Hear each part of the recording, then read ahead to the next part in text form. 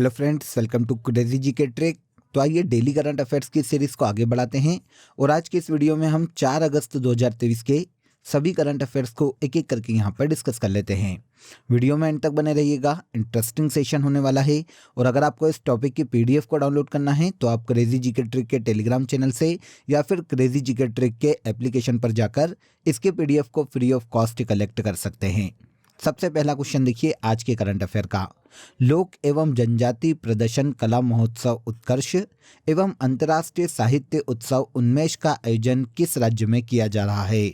तो देखिए यहाँ पर एक कला महोत्सव है जिसे उत्कर्ष नाम दिया गया है और एक साहित्य उत्सव है जिसे उन्मेष नाम दिया गया है। इन दोनों का ही आयोजन हाल ही में 2023 में मध्य प्रदेश में किया जा रहा है। मध्य प्रदेश की कैपिटल भोपाल में इन दोनों समारोह का या महोत्सव का आयोजन किया जा रहा है। हाल ही में भारत की प्रेसिडेंट द्रौपदी मुर्मू ने इस उत्सव का शुभारंभ भोपाल में किया है।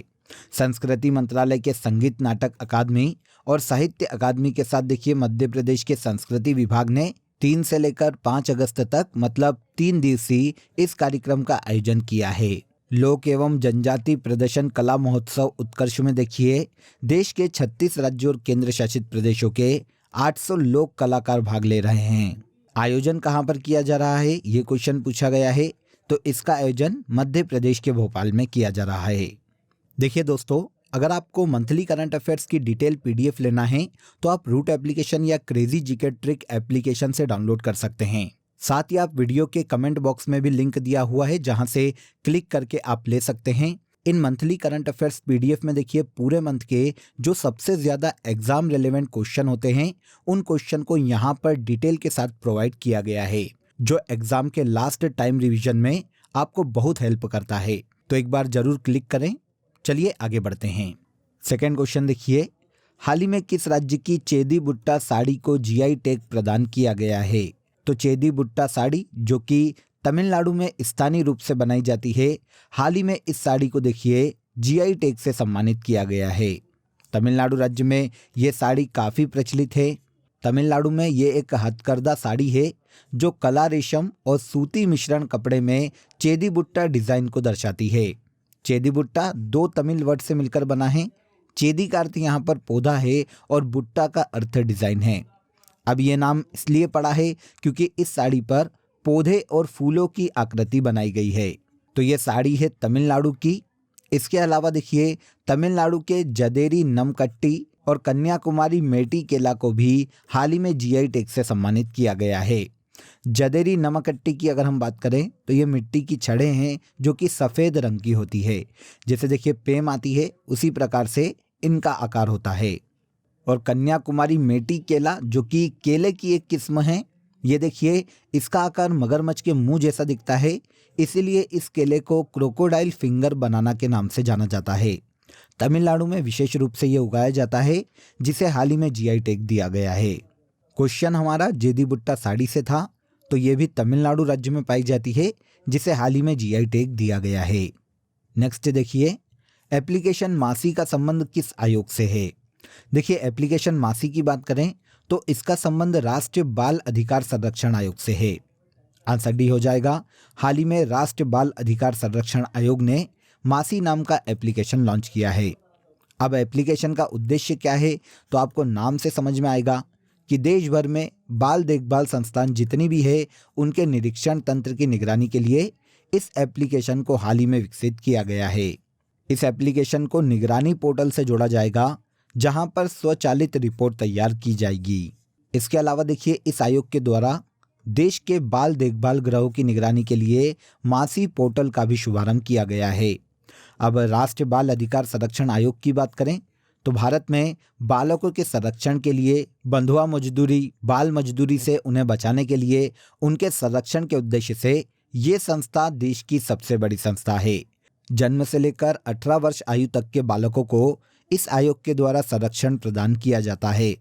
इस आयोग का गठन मार्च 2007 में किया गया था और प्रियांक कानूनगो वर्तमान में इसके चेयरमैन के पद पर है। इस संस्था के द्वारा हाल ही में मासी एप्लीकेशन को लॉन्च किया गया है। इस आयोग के द्वारा देश में बालकों के संरक्षण और उनकी देखभाल की निगरानी करने के लिए मासी एप्लीकेशन को लॉन्च किया गया है। अमृत वृक्ष आंदोलन का संबंध किस राज्य से है? तो अमृत वृक्ष आंदोलन हाल ही में सिक्किम गवर्नमेंट के द्वारा लॉन्च किया गया है। आंसर डी हो जाएगा।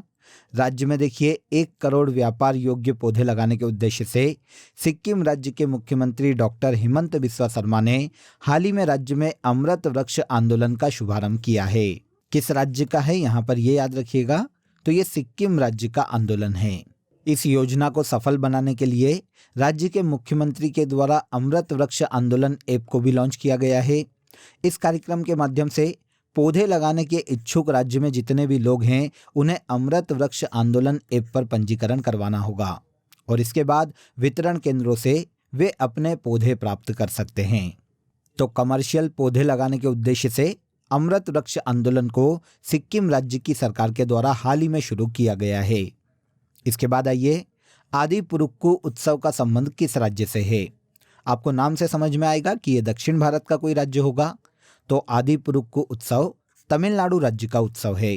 तमिलनाडु में हाल ही में इस उत्सव को मनाया गया है। अब उत्सव किससे रिलेट करता है?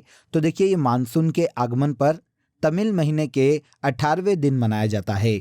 यह उत्सव मानसून के मौसम की शुरुआत का प्रतीक है। जब मानसून के बाद नदियों और झीलों का जल स्तर बढ़ता है तो कृषि और घरेलू कामों में आसानी होती है।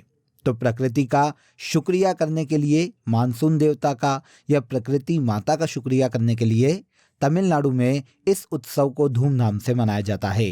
इस दिन पर देखिए, राज्य में अम्मान देवताओं के रूप में प्रकृति माँ की पूजा की जाती है। तो आदि पुरुक्कू पर्व तमिलनाडु राज्य का महत्वपूर्ण पर्व है। ओके, तो यहाँ तक के सभी क्वेश्चन आपको क्लियर हो गए होंगे। अब आ जाइए, आज की कंट्री इन न्यूज़ में हम यूरोप के एक बहुत ही इंपॉर्टेंट देश को यहाँ पर डिस्कस कर लेते हैं, जिसका नाम है इटली। इटली की बात करें तो ये दक्षिण यूरोपीय देश है फ्रेंड्स, जिसकी कैपिटल रोम है। इसकी मुद्रा यूरो है और राष्ट्रपति यहाँ के सर्जियो मैटेरेला है।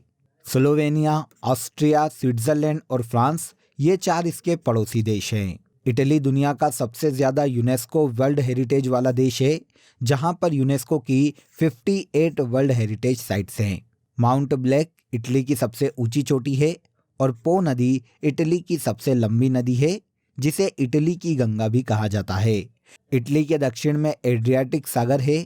इटली एड्रियाटिक सागर के किनारे बसा हुआ है।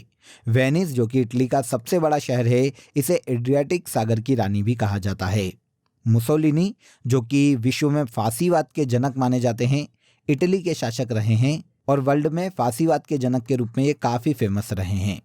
सिसिली द्वीप, जो कि इटली का एक द्वीप है, भूमध्य सागर का सबसे बड़ा द्वीप है। इटली के सिसिली द्वीप पर ही इंस्ट्रोम्बोली और एटना ज्वालामुखी इटली के सक्रिय ज्वालामुखी है।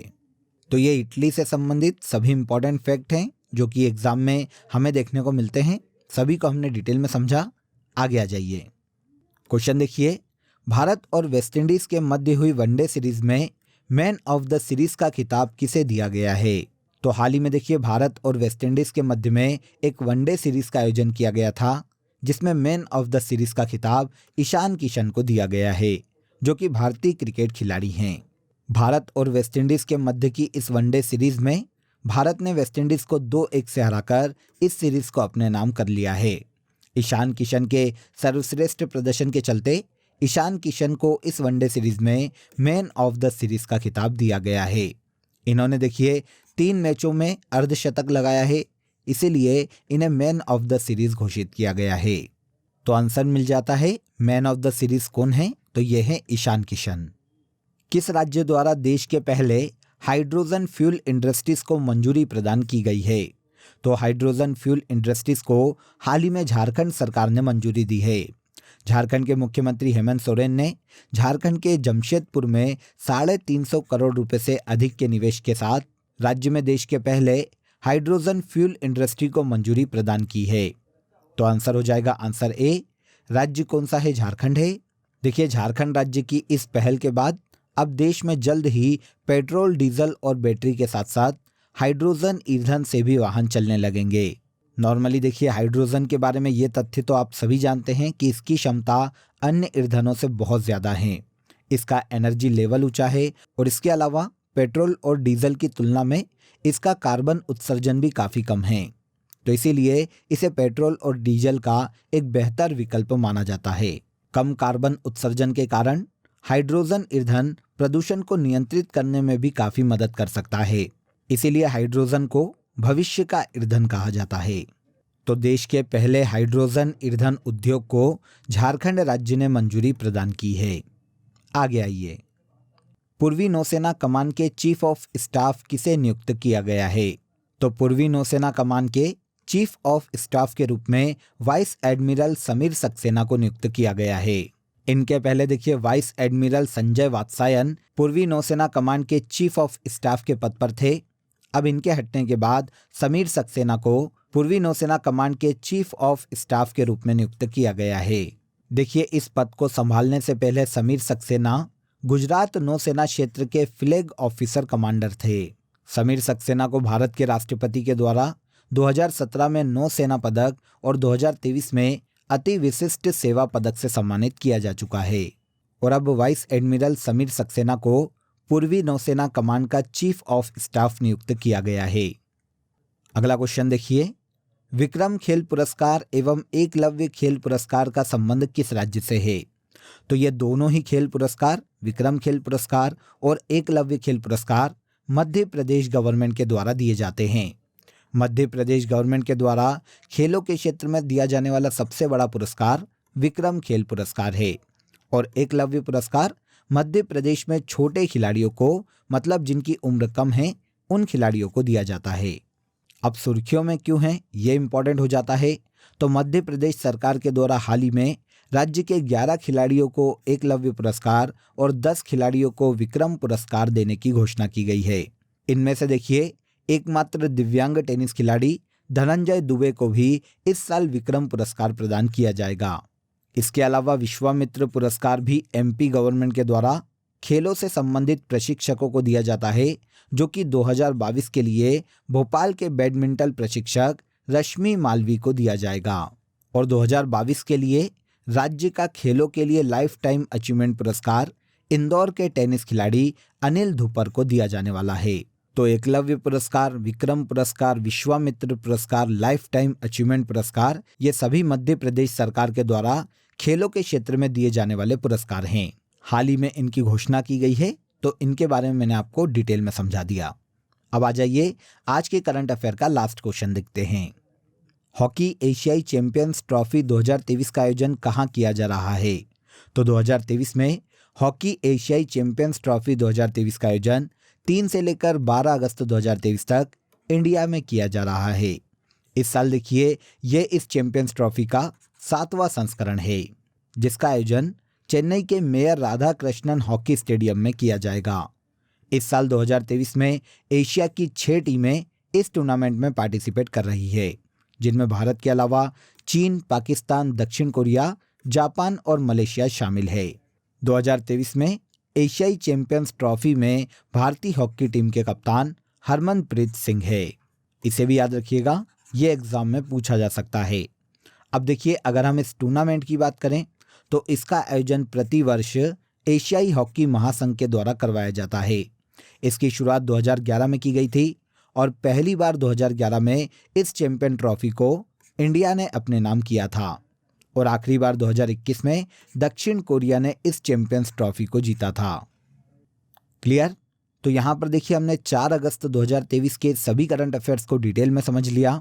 अब आ जाइए, फैक्ट शीट में हम कल की फैक्ट शीट को आगे बढ़ाते हैं और भारतीय राज्यों के फोक डांस को यहाँ पर डिस्कस कर लेते हैं।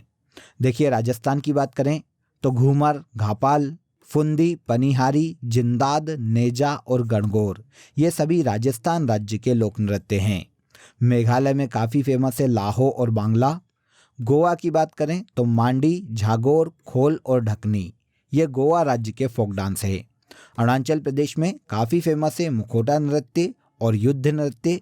और कर्नाटक में सबसे ज़्यादा फेमस है यक्षगान। इसके अलावा कुनीता, करगा, लांबी और वीरगासे, ये कर्नाटक राज्य के अलग अलग क्षेत्रों में बनाए जाने वाले लोक नृत्य हैं। तो ये 5 राज्यों के लोक नृत्य यहाँ पर मैंने आपको शॉर्ट में बताए हैं। पॉज करके देख लीजिएगा, इम्पॉर्टेंट है, मेन याद कर लीजिए, आपका काम हो जाएगा। आगे बढ़ते हैं लास्ट डे के सेशन में। जो करंट अफेयर हमने डिटेल में समझे थे उनको एक बार हम यहाँ पर रिवाइज कर लेते हैं। पहला देखिए, हाल ही में किस राज्य के मनकुराड़ आम को जीआई टैग दिया गया? तो मनकुराड़ आम गोवा राज्य में पाया जाता है। चर्चा में रहा रोहिणी आयोग का संबंध अन्य पिछड़ा वर्ग के उपवर्गीकरण से है। यूनेस्को ने किस देश के शहर वेनिस को विश्व खतरे की सूची में जोड़ने की सिफारिश की है? तो वेनिस, जिसे हाल ही में यूनेस्को की विशेषज्ञ टीम ने विश्व खतरे की सूची में जोड़ने की सिफारिश की है, ये इटली का एक फेमस शहर है। 5वें विश्व कॉफी सम्मेलन का आयोजन कर्नाटक के बेंगलुरु में किया जाएगा। प्राणवायु देवता पेंशन योजना हरियाणा राज्य की योजना है। पूर्वी नौसेना कमान के flag officer commanding in chief के रूप में वाइस एडमिरल राजेश पेंडारकर को नियुक्त किया गया है। आगे आइए, चर्चा में रहा प्रोजेक्ट एलिफेंट 1992 में शुरू किया गया था। पुस्तक कारगिल एक यात्री की जुबानी ऋषि राज के द्वारा लिखित पुस्तक है। मोइन अली, जो कि इंग्लैंड के ऑलराउंडर खिलाड़ी है, हाल ही में इन्होंने टेस्ट क्रिकेट से संन्यास की घोषणा की है। रेफिनेटिव आइकॉन की रिपोर्ट के अनुसार दुनिया की सबसे मूल्यवान कंपनी एप्पल बन गई है। तो ये सभी करंट अफेयर हमने लास्ट डे के सेशन में डिटेल में समझे थे। यहाँ पर मैंने आपको शॉर्ट में इनको रिवाइज करवा दिया है। अब आ जाइए, आज के लिए आपका क्वेश्चन ऑफ द डे है, ब्लड ग्रुप की खोज किसने की थी? काफ़ी इंपॉर्टेंट क्वेश्चन है, एग्जाम में काफ़ी पूछा जाता है, इसीलिए कमेंट बॉक्स में इसका आंसर जरूर दीजिएगा। इसके अलावा दोस्तों, आप सभी के लिए एक इम्पॉर्टेंट अपडेट है। अब आपके लिए क्रेजी जीके ट्रिक के सभी कोर्सेस वेबसाइट पर भी अवेलेबल है।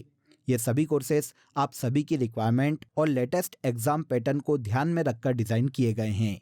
यहाँ हम बेसिक कॉन्सेप्ट के साथ साथ कॉम्प्रिहेंसिव लर्निंग पर फोकस करते हैं, तो एक बार ज़रूर वेबसाइट पर विजिट करें। इसका लिंक आपको डिस्क्रिप्शन बॉक्स में दिया गया है। तो आज के इस वीडियो में बस इतना ही। अगर वीडियो अच्छा लगा हो तो वीडियो को लाइक और शेयर कर दीजिए, चैनल को सब्सक्राइब कर लीजिए। कल फिर मुलाकात करेंगे नेक्स्ट डे के करंट अफेयर में। तब तक अपना ख्याल रखिए। जय हिंद, जय भारत।